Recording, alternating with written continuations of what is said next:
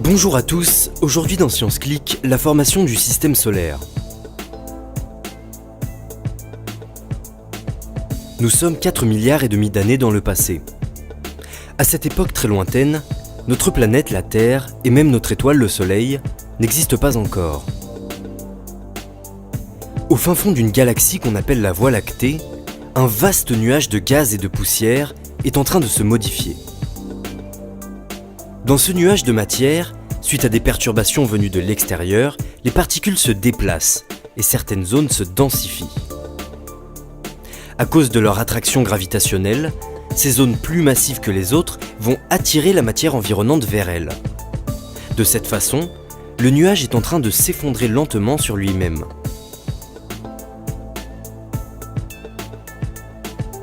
En se contractant, le centre du nuage devient de plus en plus dense.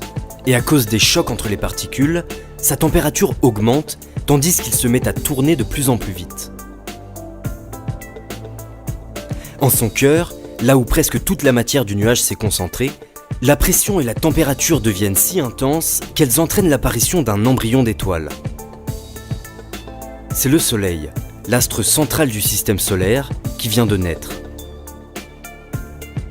Cela dit, il n'est pas encore stable et continue toujours de s'effondrer sous l'action de son propre poids.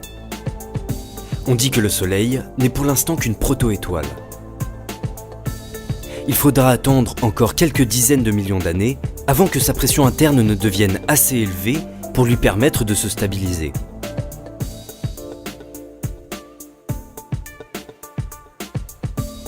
Pendant ce temps, le peu de matière qui reste dans le nuage est en train de s'aplatir autour de son axe de rotation.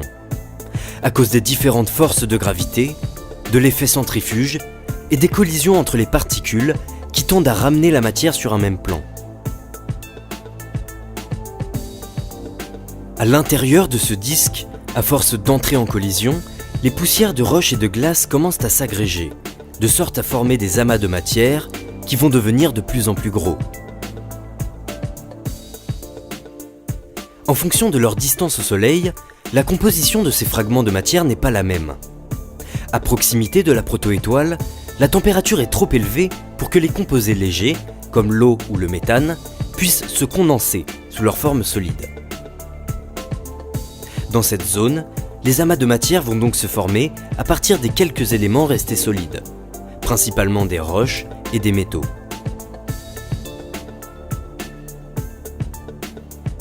A l'inverse, à l'extérieur du disque, la température est assez faible pour que tous ces matériaux légers puissent rester sous leur forme solide.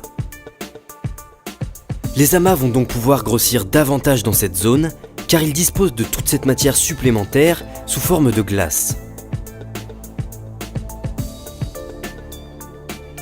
En devenant de plus en plus massifs, ces immenses noyaux de matière vont alors se mettre à attirer par la gravitation une grande quantité d'hydrogène et d'hélium présents sous forme de gaz.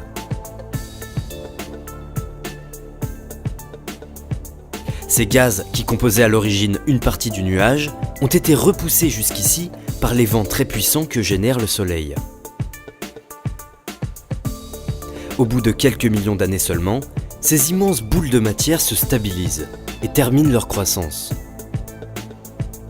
On les appelle planètes gazeuses, à savoir Jupiter, Saturne, Uranus et Neptune.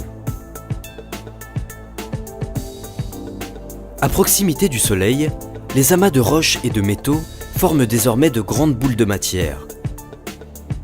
Au cours des prochains millions d'années, ils ne vont cesser d'entrer en collision les uns avec les autres jusqu'à ne laisser plus que quelques corps massifs en orbite autour du Soleil. Ce sont les planètes rocheuses, à savoir Mercure, Vénus, la Terre et Mars. Enfin, la matière restante qui n'a pas réussi à s'agréger va former les astéroïdes et les comètes qui orbitent encore aujourd'hui autour du Soleil. À l'échelle de l'univers, notre système solaire s'est formé très rapidement. En quelques millions d'années seulement, les lois de la physique donnent naissance à une nouvelle étoile, entourée de planètes et d'une multitude d'autres corps célestes. Cela dit, dans l'univers, tout se transforme, et le système solaire ne va pas durer indéfiniment. D'ici environ 5 milliards d'années, le Soleil aura consommé tout son carburant et il va alors s'éteindre lentement, emportant avec lui tous les objets qui l'entourent.